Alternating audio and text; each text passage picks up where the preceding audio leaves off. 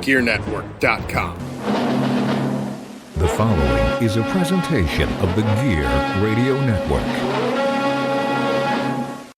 So, Fat Man. So sleazy. Oh my goodness. We spent nearly 2 hours talking about AEW. Let's talk about something else that isn't WWE. Let's talk about G1. Okay, why not? Why? Well, at least Chip's here to talk with us because, you know, Chip loves New Japan. Yeah. Right, Mark? Mark? Hey, Mark. Oh, fuck it. We'll just do it on our own on the wrestling show.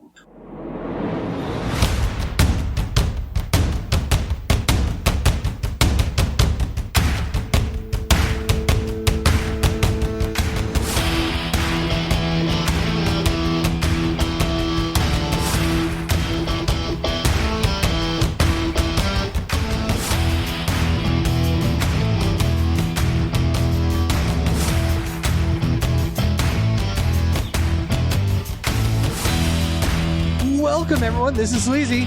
This is the Fat Man. And welcome, everyone, to another wonderful episode.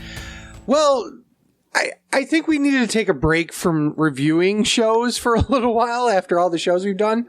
So we're actually going to preview kinda-ish G1 Climax for this year.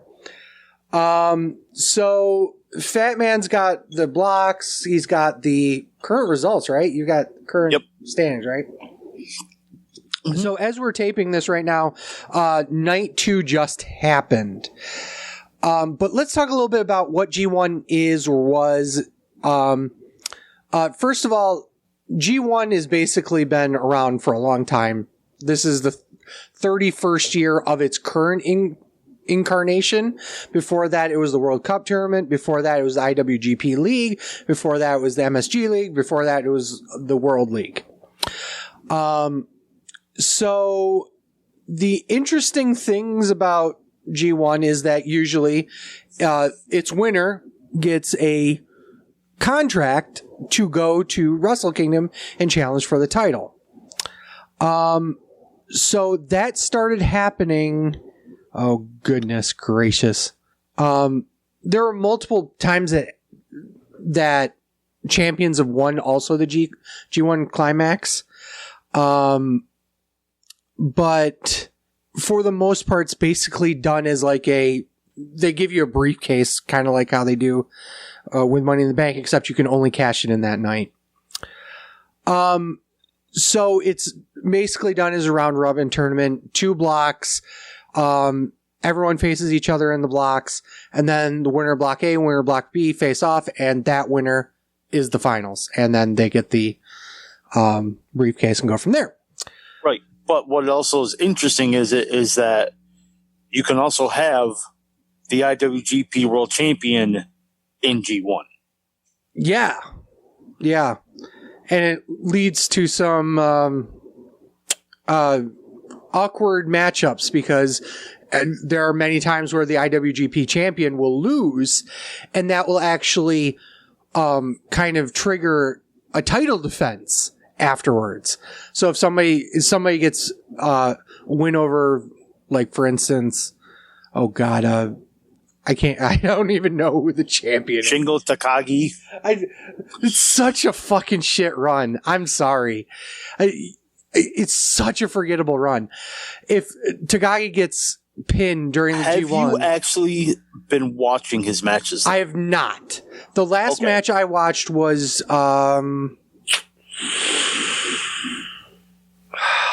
I want to say Dominion. After Dominion. So I took Mark's advice and watched his match with Tanahashi. Yeah. It was really fucking good. Because it's Tanahashi. Come on. And Takagi's had quietly been having great matches all year. Just not on, like, the big stage. Okay, fair. Well, he had one of my match of the year candidates against Jeff Cobb. Yeah. Dominion, where he won, was like, but yeah. Yeah, I mean, to be fair, I haven't been closely watching New Japan, but usually I hear stuff about it, and every once in a while I'll see a match here or there and everywhere on YouTube and stuff. But frankly speaking, I have not felt that way in the last, I hate to say this, since they debuted the new title. Yeah, it's been bad. I mean, yeah. So the Money in the Bank, so to speak, thing has been happening since 2012.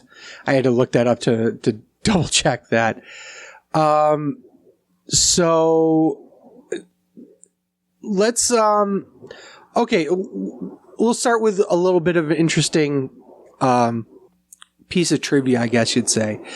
So when they announced the IWGP League in '83, the winner got a title, but they didn't really defend the title, if that makes sense, because they just gave it as like a trophy. The person that won that trophy, so to speak, was Hulk Hogan. Thanks for asking the question. Instead of just, I'm not giving. Well, you because my guess actually would have been Hogan. It's either Hogan, Inoki, or fucking some other major gaijin. Maybe Andre the Giant, who was also in the tournament. But basically, the reality is the title itself isn't the title. So it's strange. But because IWGP is the International Wrestling Grand Prix, but the actual title didn't actually become a title until '87, which is kind of weird. But yeah, anyhow. So let's go through. I'll get the actual. You get the A block. I'll do the B block. How's that sound? Okay. So you get all the fucking easy names. Fuck off. The A block is Yano, Takahashi, Great-O-Khan, Zack Sabre Jr. You're welcome. Thank you. Shingo Takagi, Tomohiro Ishii, Naito, Tonga Loa, Kenta, and Kota Ibushi. Okay, on the B block, we have Tanahashi, Okada, Goto, Yoshihashi, Sanada, Taichi, Tamatonga, Evil, Jeff Cobb, and Chase Owens. Yeah, I did get the easier one. Sorry. Yeah. So let's talk about the A block first. Now, we know we kind of quickly looked at the current standings, but I'm trying to ignore them as much as possible just to talk about the actual blocks. So in terms of the A block, there's really only two names that shoot out, maybe three. They're like, oh my God, absolutely, they're going to the finals. Ibushi, Naito, and Kenta. Everybody else is there to make other people look good, I think. I wouldn't be surprised if Zack Sabre Jr. goes far. I don't think he's going to go to the finals. But everyone and their mother saying Kenta out of this bracket. I would agree. I think, well, here's the thing, is that I really do believe had restrictions eased up more, Omega would have come over, would have taken the IWGP title, and Ibushi would have won G1. That's what I think would have happened. Say that again? I think Omega would have won the title, come over, won the title, and Ibushi would have won G1 again. Okay. But now that that's they're winding that down. Okay. It's just a matter of time before he loses the AAA championship. And I don't think he's that much longer for AEW's championship. I think they're going to drop it onto Danielson, honestly. But that's a whole nother conversation for another day. It's not going to be Danielson. I have this feeling it's going to be, only because I think they just want another major star to they're having, what is it? It should be Adam Page, honestly. Yeah. But like next week at their Arthur Ashe show, it's a non-title match. So you know who's winning. Right. Oh, so absolutely. Then you know Omega's winning the rematch for the title. So it's like, that's why I don't think it's easy, or they could swerve us all and just be all like, hey, Danielson wins this one and Danielson wins the next one. I think that's what they're going to do. Number. Well, that's kind of what they did with Christian. is the 50-50 booking. So it's like, if they do that again with Danielson, I'm not sure that's going to work out well. Right. So I really believe... Yeah, we'll talk about that another show because we're talking about New Japan. And New Japan, there is only one winner on this A block, and I believe it's going to be Kenta. Naito's a great example. Naito's going to be way up there. Being like the semifinal. Yeah. I could see the top 4 of the A block being Ibushi, Naito, Kenta, and Ishii. So actually, they've had one night of A block and one night of B block. So let me do the A block. Yeah. So who's got 2 points right now then? I'm so confused right now. Are you? Yeah. Am I looking at the wrong? Oh, okay. That wasn't even for the G1. So. Surprise. Takahashi beat Ibushi. Holy shit. Yeah. In 11 minutes and 30 seconds. Great-O-Khan beat Tonga Law. I think I'm saying it right. LOA. Yep. In 17 minutes and 45 seconds. Yano beat Kenta in 11 minutes and 7 seconds. Zack Sabre Jr. tapped out Naito. Wow. In 27 minutes and 5 seconds. And Takagi beat Ishii in 27 minutes and 56 seconds. So, Takahashi, Great-O-Khan, Yano, Sabre Jr., and Takagi all have 2 points, while Ibushi, Tonga La, Kenta, Naito, and Ishii all have 0 points. Wow. Okay, so now granted this is one night, and they've still got 9 more matches to go. Yep. Very rarely does, unless they're really pushing somebody, does somebody like sweep a block like that. But the surprising ones was Yano winning and Khan winning, honestly. Yes.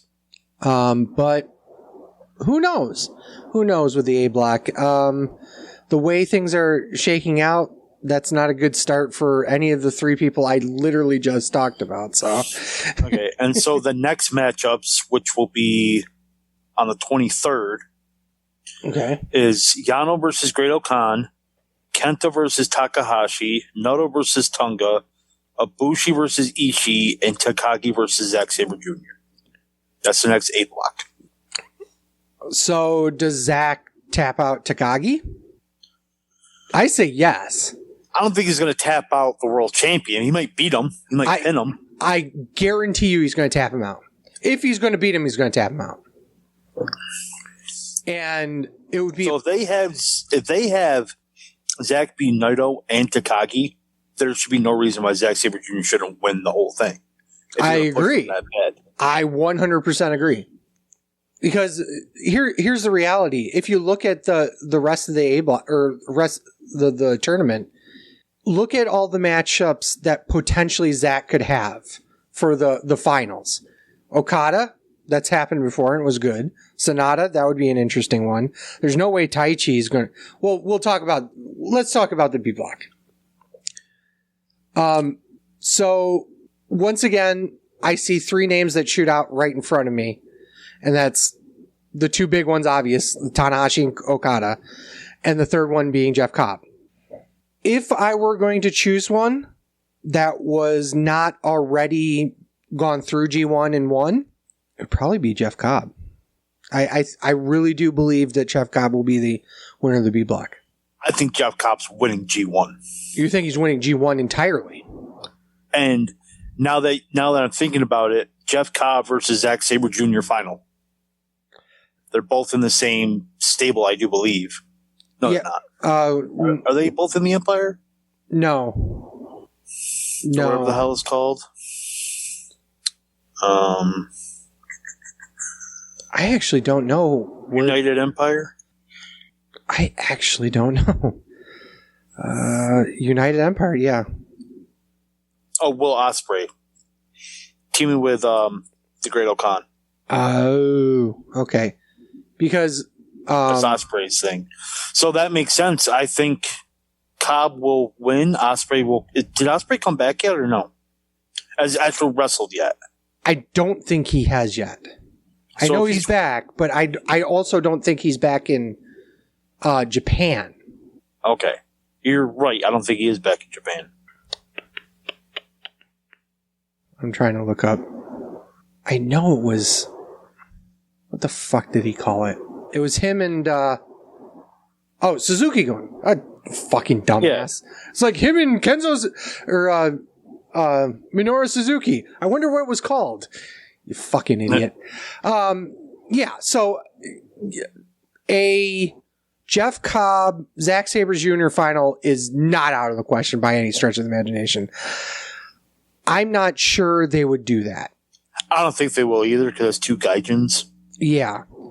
So I wouldn't be surprised if it's Cobb versus Takagi again or Cobb versus Kenta.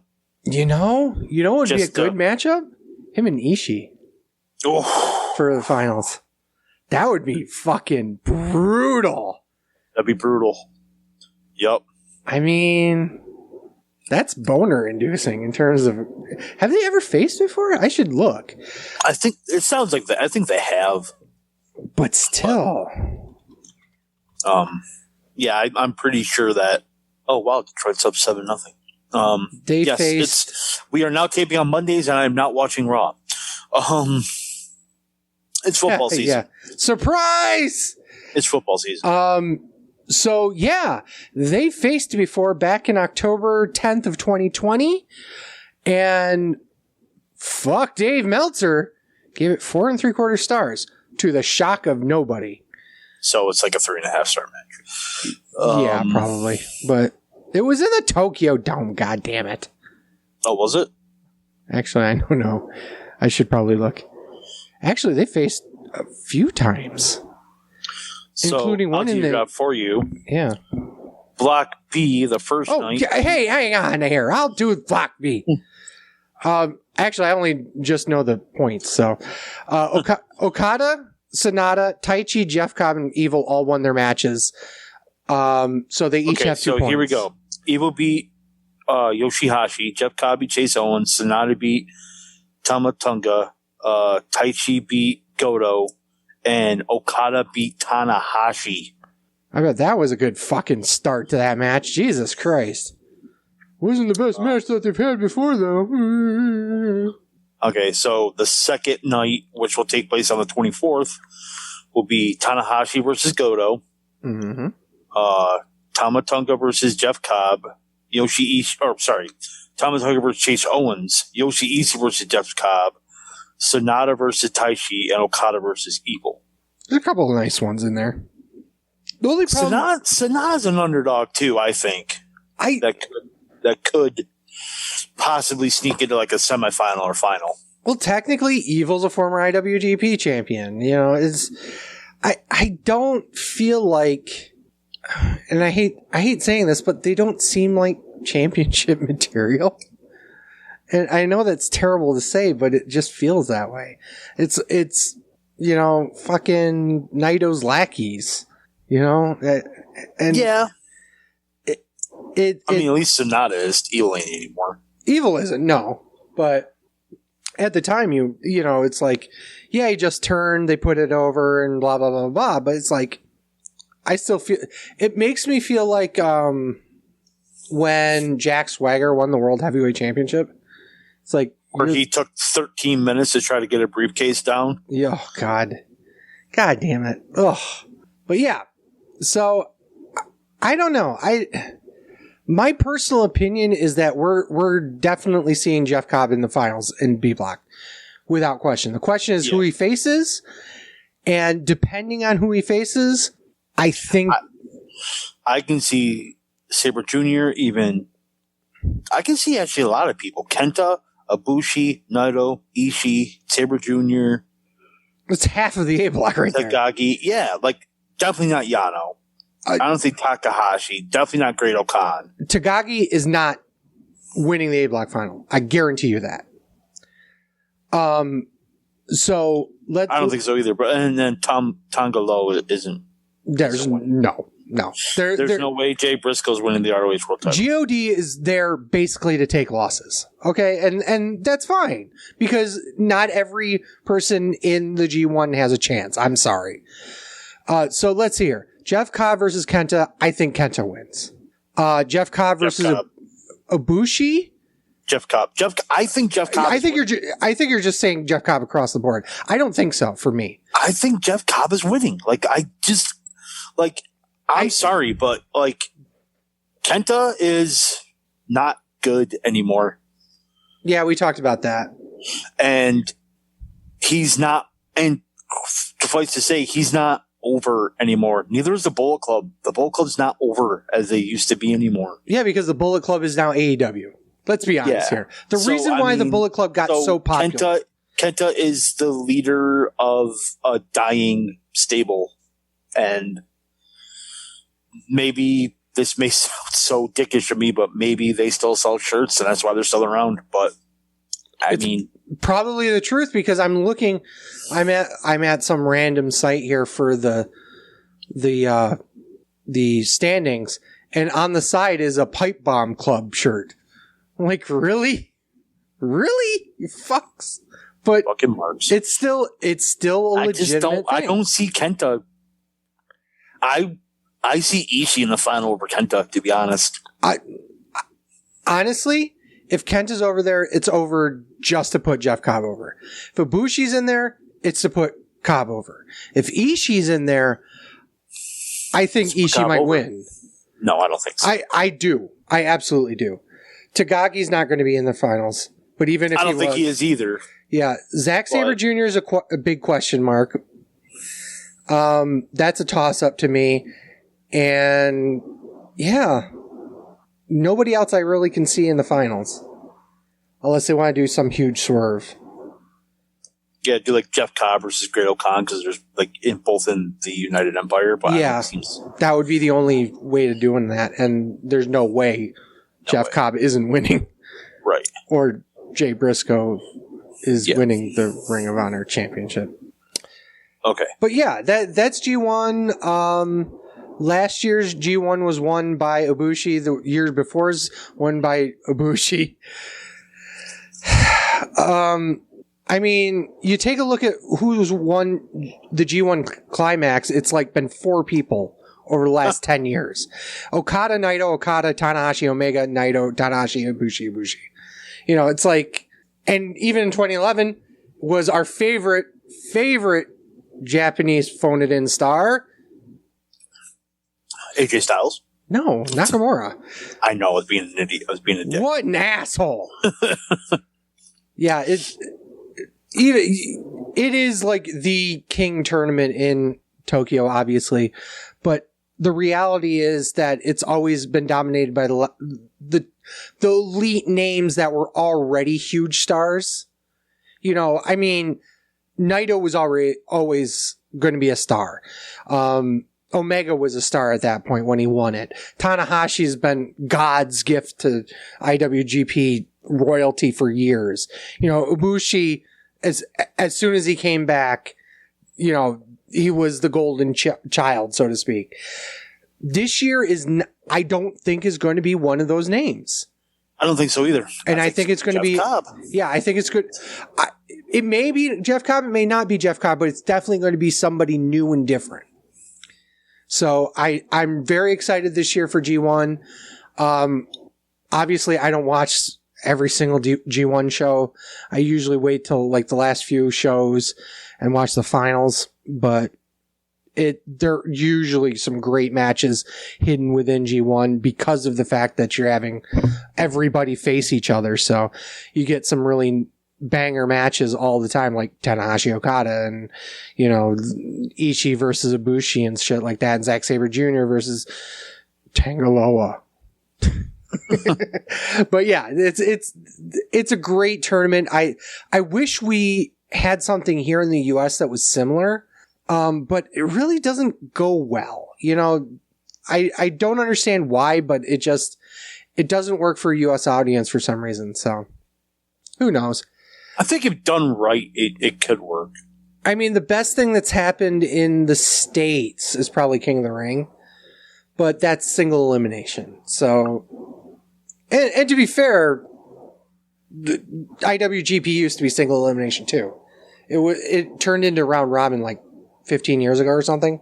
I like the round robin aspect of it. Yeah, like I said, it gives more options for shows and options for matches that maybe you would see, maybe you wouldn't see before, but it's like, oh my God, A Block, you're going to see Okada Tanahashi sometime. And here's the thing, what perfect time to do it than in this day and age where you have, looking at you, WB, a streaming service where you can throw these fucking shows on.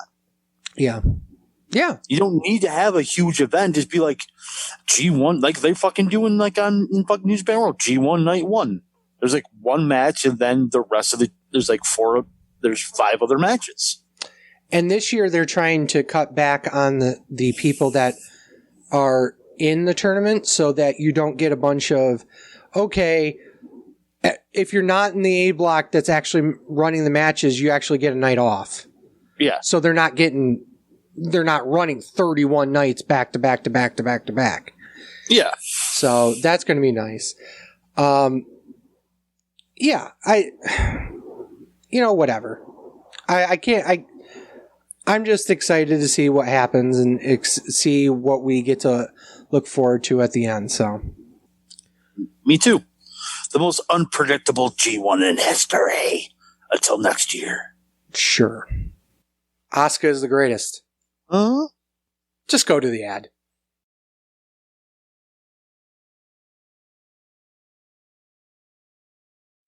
News and rumors? Yeah, let's do news and rumors.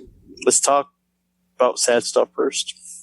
Oh, So I like to bring down I like to bring the sad stuff. Did you watch Dark Side of the Ring? Yes. Yes, I did. I did not watch Dark Side of the Ring, but I saw a clip of what Tommy Dreamer said. And this is what he said. Okay, before you start, if you've not watched Dark Side of the Ring, it's about the plane ride from hell. Yep. But if you don't have Vice, which is on, you can actually find it on YouTube. So go find it out on Vice's actual YouTube page. It's there. It's in the full. It's not just a clip. Go ahead. Yeah. Sorry. Okay. Tommy Dreamer said he can move his hips, twirl it, and so his well-endowed penis spins around like a helicopter. So yeah, he's a nature boy for a reason. He's got a hammer on him. Ric Flair's not going to try to impose by force any sexual stuff on anybody. He's just flaunting, styling, and profiling, doing the Ric Flair stuff where everybody's going to laugh about it. But obviously someone took offense. Well, Impact Wrestling took offense enough to where they suspended him indefinitely for those comments. And then Tommy Dreamer posted, regarding my comments at Dark Side of the Ring, it was never my intention to offend, hurt, or victim shame anyone. I understand my comments were insensitive and could trigger emotions in someone else's own personal past. I do not condone sexual misconduct at any time. I apologize to anyone I offended from the bottom of my heart. I am so sorry. I did not. Again, I only saw Tommy Dreamer's quote. I'm assuming they interviewed like the flight attendant too. Oh yeah. And what she say? She said that Flair forcibly did stuff to her. Kind of, not really. Kind of, not really. Yeah. Basically, the upshot was he wouldn't let her move out of the little canteen area, and she claims that there was a suggestion to pet certain things. Yeah. Okay. So do you think his quotes are offensive? What he said? Oh man, I'm going to get fucking roasted for this. And honestly, I don't give a shit, but in the grand scheme of things, what he said about it did not match the actions Impact took. Was it insensitive? Yeah. Was he trying to... I don't think he was necessarily defending Ric Flair as much as saying that in 2002, that was just things that happened in the business. And Tommy Dreamer comes from ECW, where shit like that happens all the time. That being said, if you take it in the context that he was kind of shitting on the flight attendant more, then yeah, absolutely. What he said was not kosher. But I also don't believe that the response that he got on Twitter was anywhere near appropriate. I think they were shooting at Tommy Dreamer when they should have been shooting at Flair, for lack of a better target, honestly. That's my opinion of it. Okay, so I guess Flair's TV commercials have been canceled. There's been calls about Jim Ross. Again, I didn't see the episode, but didn't 3 people get fired over that? So Kurt got fired. Goldust. Goldust eventually got fired. He got fined first, and then got fired. And then Scott Hall got fired. Okay. So, but Flair didn't. And I hear people are trying to bitch at Jim Ross as to why he didn't fire Flair. It's not Jim Ross's call. Right. Vince McMahon's call. It was Vince McMahon's call to cut loose all 3 of the guys. It was Vince McMahon's call not to fire Brock Lesnar, who was also in the fight with Kurt Hennig, by the way. Okay. I haven't seen the episode yet. Yeah. So I'll probably watch it. As well prepared as I am, I'll watch it after we tape the show. For once, I've watched something that Fat Man hasn't. That's very rare. So basically, there are 4 major pieces of the thing. I'll watch it later. I just want to get to the Tommy Dreamer stuff. So right. What you're saying is that him being suspended kind of isn't warranted to what he said. I don't think so. But we say we've said worse shit on this show that I've let go to air than what he said about Flair. And I think his reasoning about what he said and why he said it was important to the context of the plane ride. Okay. But you got to also remember that this is the same Ric Flair who has done this multiple times, as in whipped his dick out in public without any incident. It was a common rib that he would walk around in just his robe and nothing else. Yeah. He'd be on top of bars naked, dancing on bars. Yeah. With female bartenders there. And this is before the plane ride from hell. Right. So again, I haven't seen it. I don't know. We weren't there.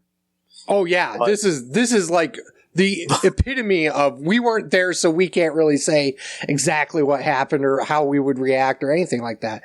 We're going by, frankly speaking, accounts from people that were either shit-faced to hell and back or traumatized on the plane, with one exception, that being Jim Ross, who wasn't even in the back when most of it happened. So... Okay, let's talk about Buff Bagwell. Oh, God. What happened to Buff Bagwell? Let's talk about 2 things about Buff Bagwell. He has some legal problems. Number 1, he's buff. And number 2, he's the stuff. Hell no. So, a jury trial will see Buff Bagwell face the following charges on November 18th, stemming from two instances. One from May of 2021. Mm-hmm.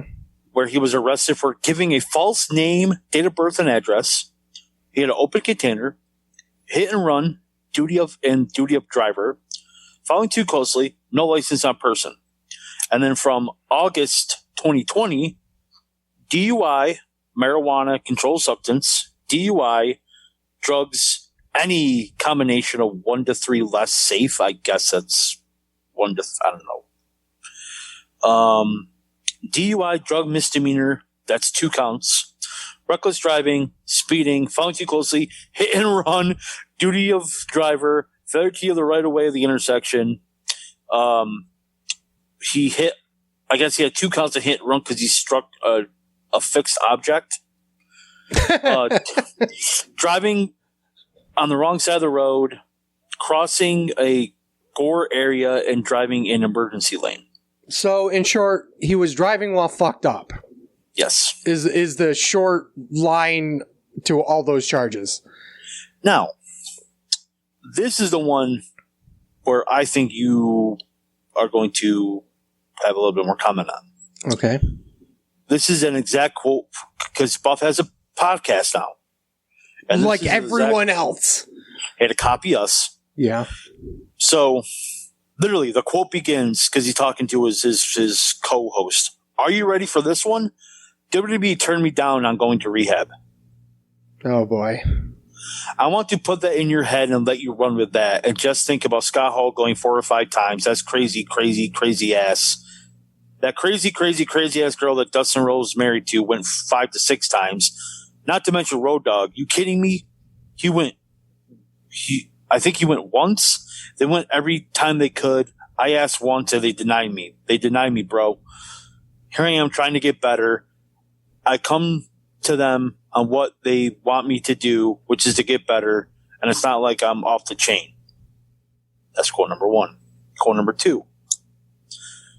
And apparently DDP was shocked that WWE turned him down. If the story's true, but hold on. Okay. Another quote. I mean, I'm in shape. You can tell by my body. I'm in shape. I go to the gym every day. I feel great and all. But still, I can use something like that to get my life completely straightened up.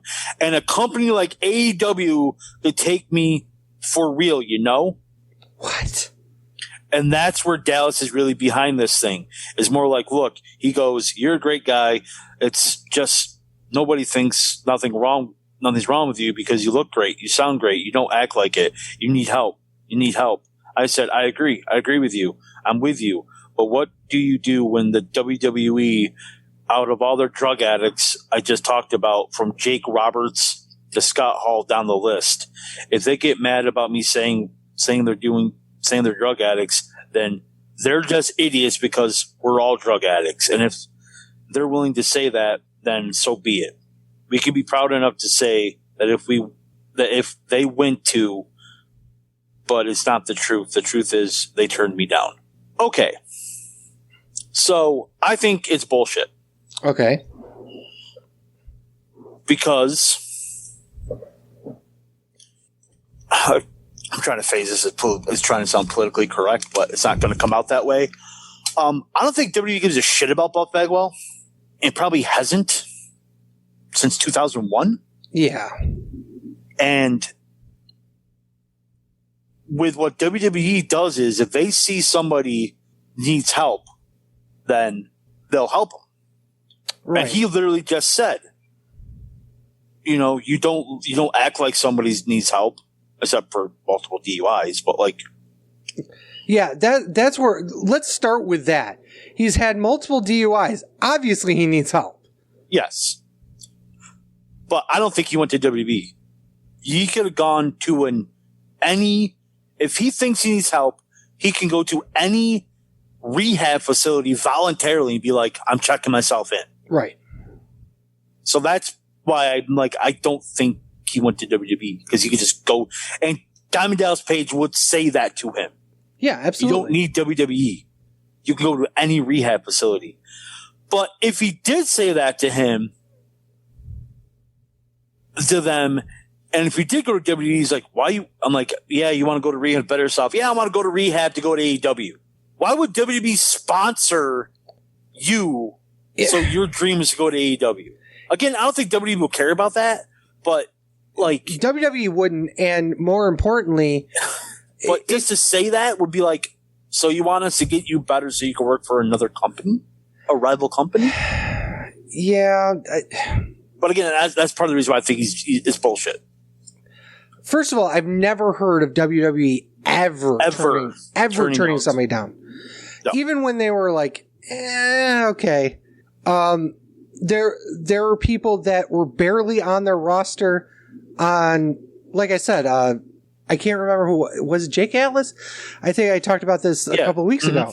Is that somebody who wasn't very big on their roster got services through WWE because of they needed help. Yeah. So for him to say that no, they're not going to do it is kind of weird. Bagwell wasn't a part of WWE that long, correct? Like 3-4 months. Is it possible? Well, here's the thing. In theory, and I'm going to say this in theory, Buff was not under contract with WWE. Technically, he would not have been a WWE superstar and therefore wouldn't be eligible for WWE-sponsored rehab. He had to have been under WWE contract. He could have been doing a per-night deal. Okay, that's true. Because if he was only there for 3 or 4 months, it's possible that's why he...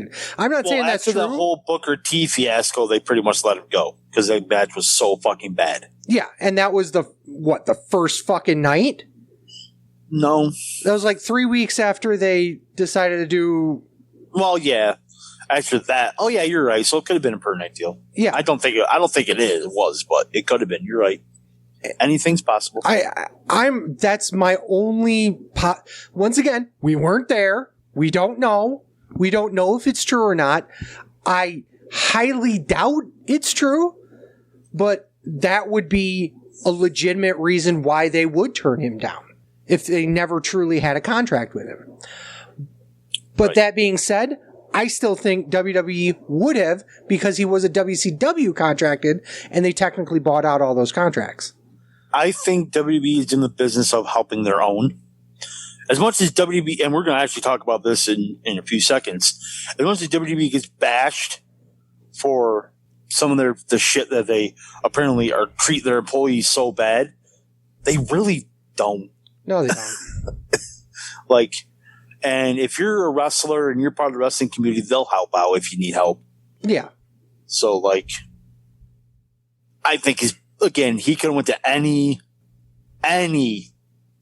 There are multiple rehab facilities voluntarily. Yeah, and to be perfectly frank, a lot of them are low to no cost, especially if you don't have insurance, or if you do have insurance, it's like Medicaid or something. Or maybe what he's saying is WWE refused to pay for his rehab, which is not what he said. But the other thing is that maybe you checked into rehab and then went, "Will you foot the bill after the fact?" Which I guarantee you they wouldn't do that. No. Oh, yeah, I get to go to Club Med, a.k.a. the rehab place here, and you're going to foot the bill? No, WWE will send you to their sponsored rehab because they probably have a contractor deal in place with certain rehab facilities. Probably. So. Mm-hmm. Okay, and then I just mentioned it earlier. Let's talk about Andrew Yang. He's back on his mission. Mm-hmm. Former presidential candidate and former New York City mayoral. Yeah, that's a weird fucking word. Yeah. Mayoral. Ken Andrew Yang is calling on current and former WWE talents to contract a union attorney so they can get what Vince McMahon owes them. While running for the Democratic nomination in 2016, Jesus Christ, Yang made several comments about a potential union in wrestling, promising to be there for fans and wrestlers if they were elected. And then again, if he were given a Labor Department position in President Biden's administration. He has made a few related comments since then, but nothing concrete. In an update, Yang took to Twitter earlier this week and said that he had talked with officials from the Department of Labor and indicated that things may be moving forward. Yang took to Twitter and said, had a call with the Department of Labor. If you're a current and former at WWE performer who feels they were misclassified as an independent contractor, contact some law firm and let's get you what Vince owes you. Been a long time coming, but this storyline is real.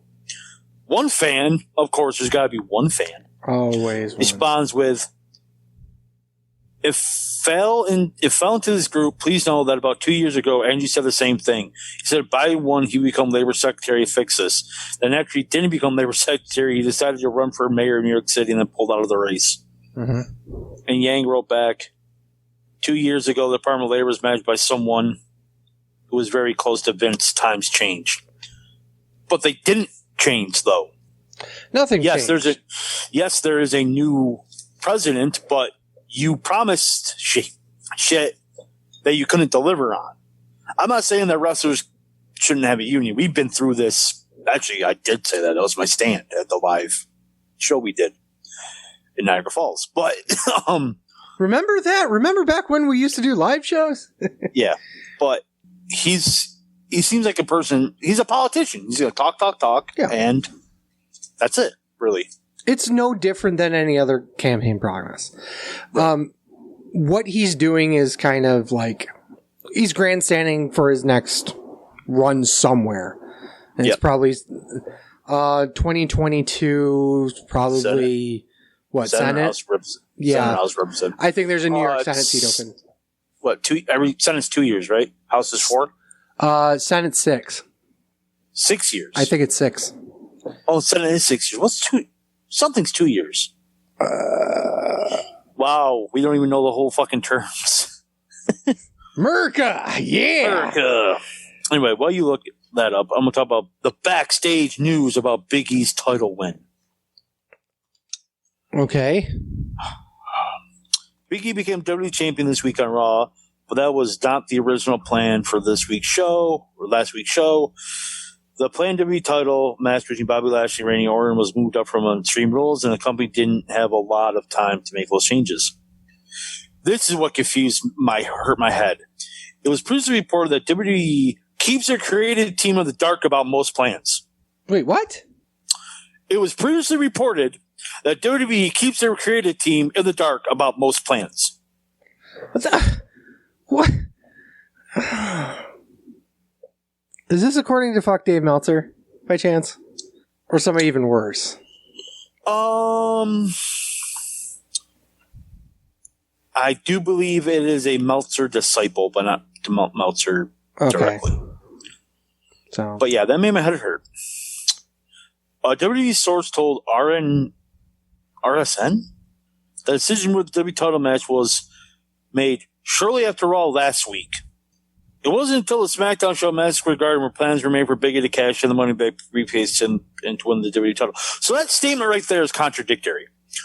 Oh, well, okay, the decision to move the WWE title match was made shortly after Raw, but it wasn't until SmackDown, till Big E's cash-in was okay. As we saw the ratings, all that hype of Big E's WWE title win did not help a pop, which it was the first week of Monday Night Football. They tried to do something, which they do every year, and contrary to belief, we are a wrestling podcast, and I have Monday Night Football on my second screen. Well, my second screen has neither. So look at how much of a wrestling fan I am. So it's football season, and I say this every year. I kind of drift away from wrestling. I'll read what happens and then watch the pay-per-views. Yeah, because it's football season. 17 weeks of it. Actually, 18 now, right? 17. Isn't it 17? 17 in the 17 matchups and a bye week? Oh, yeah. So it is 18 weeks. Yeah. So, yeah. But yeah, that made me happy. And then there was another report saying that Big E's cash-in was to have a big splash after what AEW did.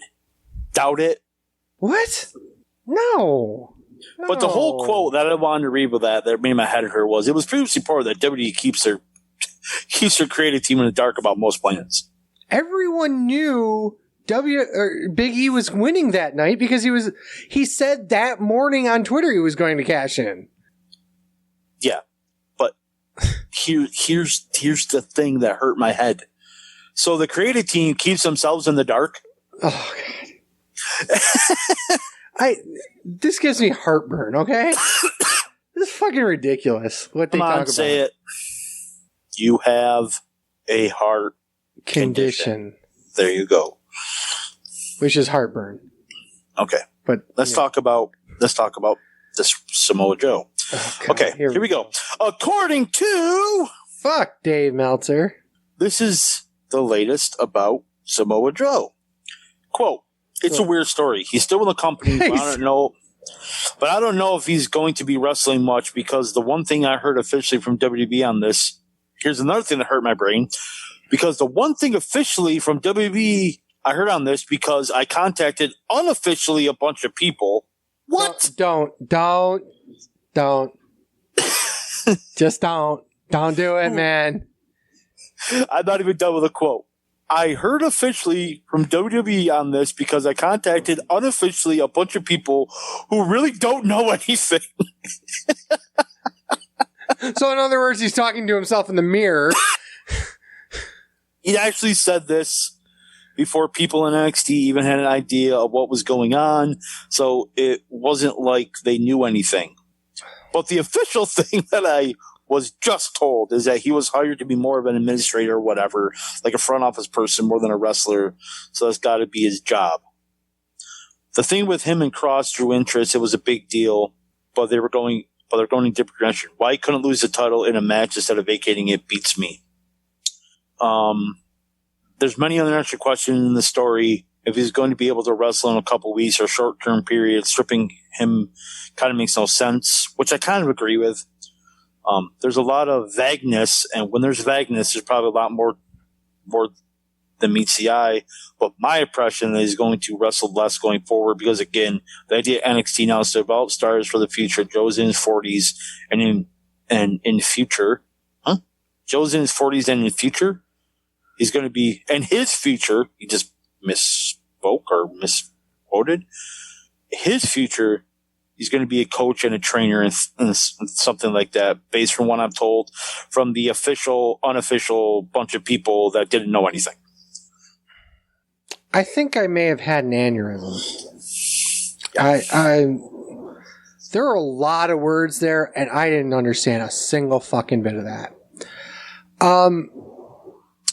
So it is weird that he wins the title and then vacates it, and everyone's all like, oh, he vacates it 2 days before the NXT launch. I wonder why that could be.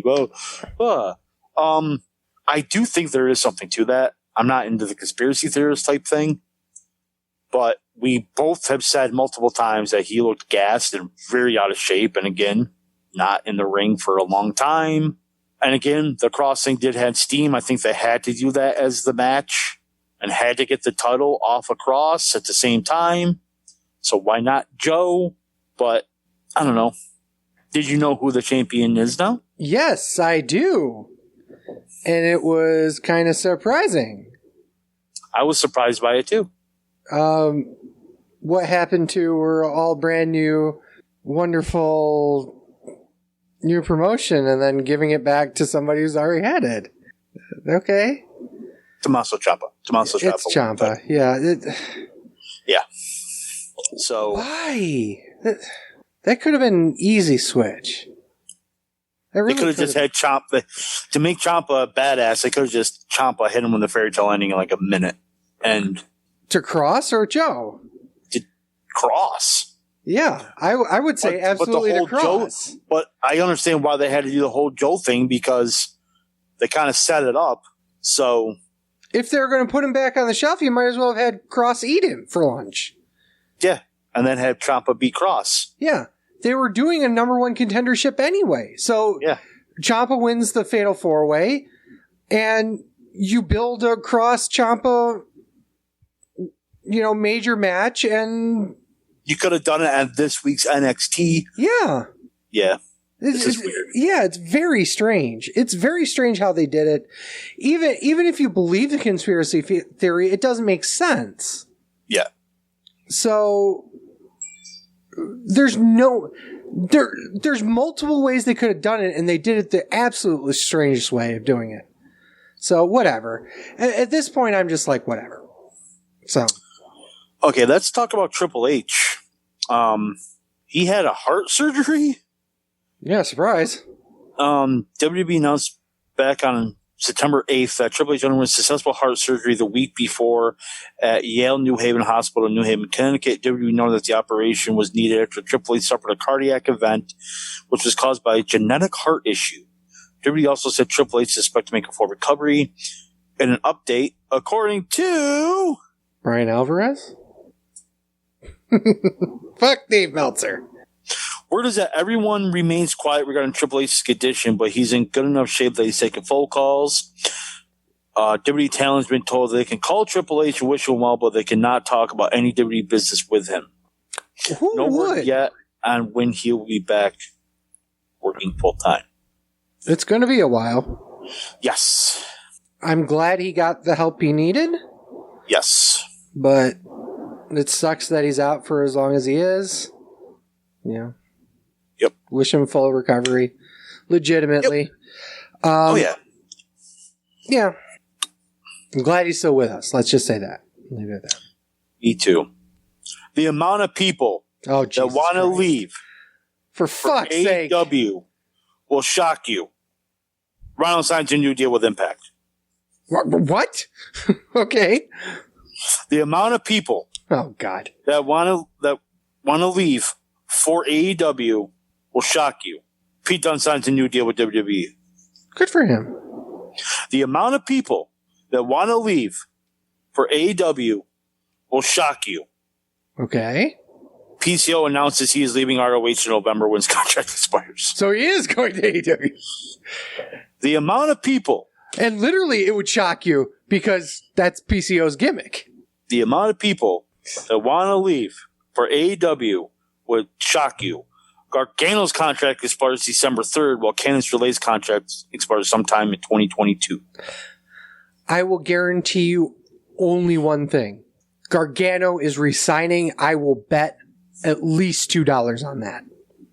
You do not quit a company when you've got a kid literally on the way. Right, but at the same time, you know how quickly AEW will sign him? Oh, absolutely they will. And he'd be a fool to leave right now. I'm sorry. He'd be a fool to leave. Just from the medical standpoint of that. No, I agree. But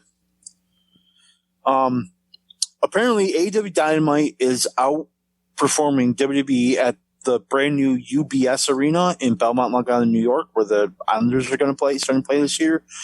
I think the AEW shows I think they're like a week apart. I think. Okay. They're a week apart, 2 weeks apart. There's a thing called Wrestle Tickets who compare and contrast. I think AEW sold about 70% of their tickets, while WWE's only sold about 40. But what they don't tell you is that AEW's tickets are cheaper. Which is not a surprise. And they went on sale first. Yeah. But I'd keep that with a grain, or I'd look at that with a grain of salt. I do, but I still think it's kind of impressive. Okay. Yeah. So I'm actually giving AEW their due on that one. Okay. So I don't want to say it's bad or it's misleading or anything, but it's the headline was 100% misleading. Yeah. Because they didn't tell you that AEW's tickets were on sale first, because I looked it up. They didn't tell you AEW's tickets are cheaper. I looked it up. And since they're in New York, they still got the mask mandate, so that's not a factor at all. Both They got to wear masks. Yep. So so it's not like WB. You got to wear a mask, but maybe WWE is forcing you to be vaccinated, and AEW's not. I think they are. And if they are, then that's a big factor too. Right. So that's although I think I also want to say that it's for any show, not just WWE. Any show that's happening in New York is also vaccinated only. I want to say I don't. I know restaurants are in New York City, but Long Island is different because technically it's a different borough and that's a different situation. But currently in New York City, you have to be vaccinated and you have to wear a mask in like restaurants, bars, everything. I got told today by Lauren when we go to Chicago in a couple weeks that I have to have my vaccine card with me. Yep. And bring a mask. Mm-hmm. Okay, a couple more things. Davey Boy Smith Jr. I like this quote though. Is in a hurry up and wait mode after signing in July which means they wanted to sign him quick, and now he's just waiting, not doing anything. Where did he sign? MLW? WWE. Oh, yeah, that's right. I completely forgot they signed him to WWE. God damn, pal. Yeah. So we'll see. Maybe he gets drafted. I think he should benefit from NXT. I think going down there with his experience will help the younger guys out. That's where I think he should go. But honestly, I think he shined down there. I could see them doing another stable where it's a bunch of second and third generation wrestlers. Or teaming back up with Natty and yeah. Yeah, that's possible too. I'm not saying that that's not a possibility, but I think that I think it would be best if he was leading a group of second geners or something like that. Because they just signed a bunch of them. And there's a bunch of them sitting in the wings too. Uh-huh.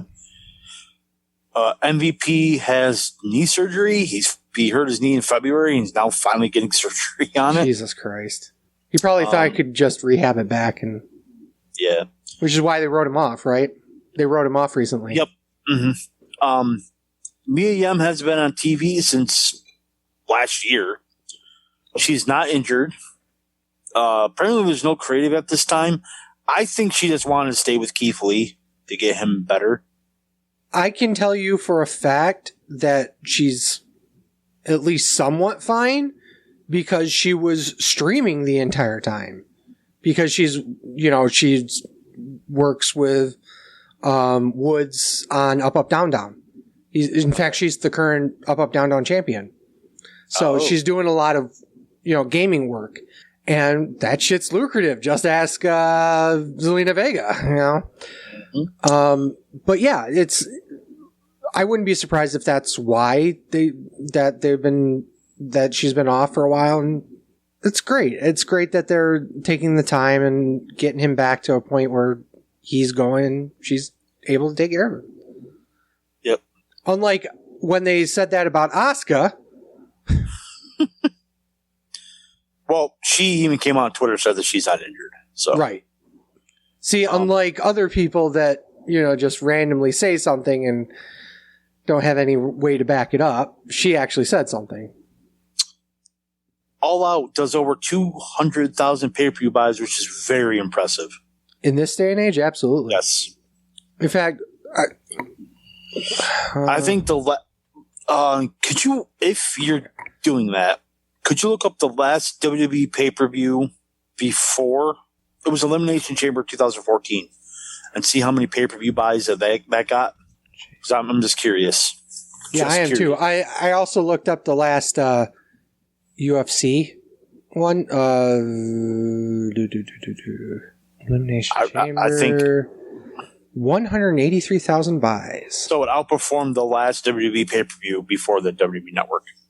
Yeah. So that's very impressive. That is very impressive. And the last note is also about AEW and how, I bash AEW's booking. I bash some of their talent. You can't bash this. AEW, the Owen Hart Foundation, to present the Owen Hart Cup. I'm still not sure what that is. But is also to release Owen Hart merchandise and action figures, and Owen Hart is going to appear in the new AEW video game. That's awesome. Yes. That's pretty fucking awesome. Mm-hmm. I think Travis was the one that posted in the chat saying when a company finally preserves your legacy and has a picture of Owen. But at the same time, you knew Martha Hart never was going to let WWE do anything. Oh, hell no. Hell no. Yeah, there's no way that was happening. Yeah, so that was going to happen. So, I mean, kudos for AEW for doing that. And, yeah. And AEW's been on a roll lately, so, yeah. I'm trying to find... Okay, that's a good one. So, the last pay-per-view that was before around the same weekend as All Out, when was All Out? That was the 4th? September. 4th of September? So it'd be like September. It was Labor Day weekend. Yeah. So yeah. So the very next weekend, Holyfield boxed. That did 150,000 buys. Just to give an idea of. That sounds low. It does sound low, but I'm just looking. $150,000 for a boxing pay sounds. I know. Low. I don't think that's right. This was. Let me check it because I don't think that's right. That sounds. UFC 259 was 800,000. That was in August, or excuse me, that was March. 263 was June. That was 600,000 buys. 262 was 300,000 buys. Holyfield versus Belfort. It was Victor Belfort versus Evander Holyfield at Hollywood, Florida. So it wasn't a very high. Okay, so here's the thing. Okay, so Night of Champions in 2013 was the last WWE pay-per-view in September to have traditional pay-per-view buys. 175,000. So it even outperformed that. Wow. That's pretty cool, though. Yeah. That's pretty cool. Yeah, so there was one last tidbit that I wanted to touch on. Let's see if I remember it. Probably not. Probably not. I'm going to have to look it up real quick. It was related to... Oh, Big E. Okay. So one of the things that comes out all the time is how much there's this big, hush hush between people working in WWE and people not working in WWE. When Big E Langston, or Big E, or whatever the hell you want to call him, won the title, so many people congratulated him openly on Twitter, on Instagram, and all that stuff. When was the last time you heard that somebody was congratulated as much as he was? Especially by people from other companies. I think it happens more often than you think it does. Not publicly. No, it happens a lot on Twitter, but not to the magnitude of him. The reason why I bring it up is because you can tell that Big E is such a nice guy. You know what I mean? Mm-hmm. And we've had many talks about this, and this kind of goes back to the whole, Brody Lee thing. Is that Brody's kid's favorite wrestler was Big E. So to see somebody like that succeed was like amazing. Honestly, I did not expect Big E to actually win the title. I really didn't. Do you believe, now I'm going to say this, I'm going to tiptoe over on this a little bit. Do you believe that him winning the title was just lip service? Or do you believe they have a true long-term plan with him as champion? I think they have a long-term plan with him as champion. Do I think he'll go to WrestleMania with it? Well, what's long-term nowadays? 4 months. At this point, it's like 4 months. So essentially, like, he's not going to lose at the very next pay-per-view. No. No, I think he's going to have a decent run with it, and I think he should have a decent run with it. And the whole thing about, like, oh, he moved to Raw, and now the ratings, they're not doing good. It was the first time on Monday Night Football. The ratings are always going to take a dip during the season because, quite frankly, kids are back to school and Monday Night Football. So the ratings are always going to take a big dip. So right now, I don't think it really matters who the WWE champion is. It's the perfect time for him to be champion because I don't want to sound like an asshole about it, but he's on his way up. Yeah, he's not why not top. He is top, but he's not perceived by the audience as the top man yet. He's perceived as the man that won Money in the Bank, but still like Dolph Ziggler territory. You know what I mean? Right. Mm-hmm. And I think that giving him the ball and letting him run with it right now, and the analogy, I don't know what the fuck I'm saying. Just basically saying that giving him the ball and making him run with it is the best time to do it is now.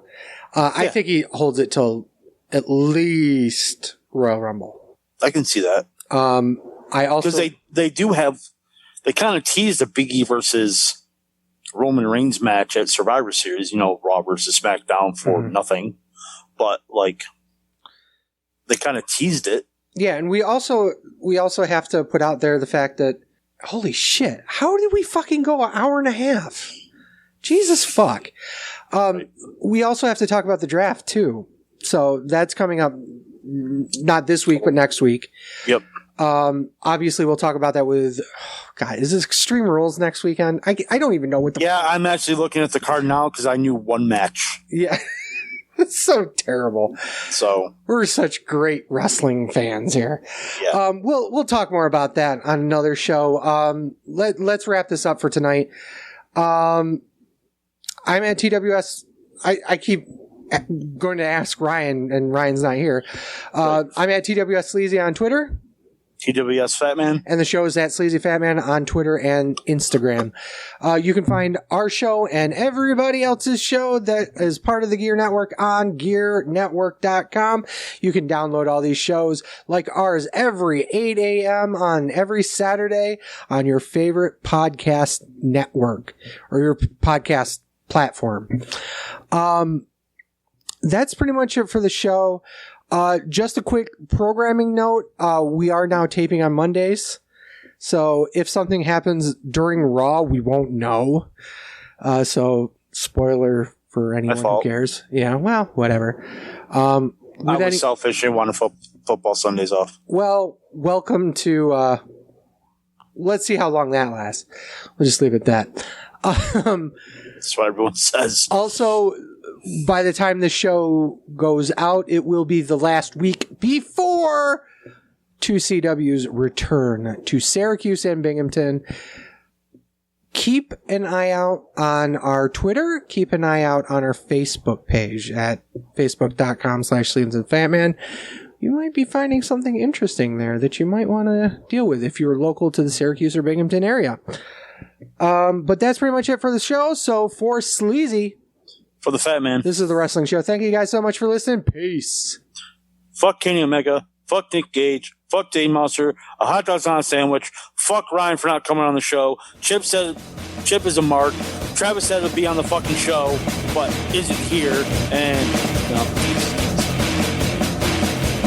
I'm a truth that you seem to run from. I'm an army of one. I'm a clip in your gun. I'm the pain in the game. The bloodshed in your name. When there's nothing to gain, I'm a well-gone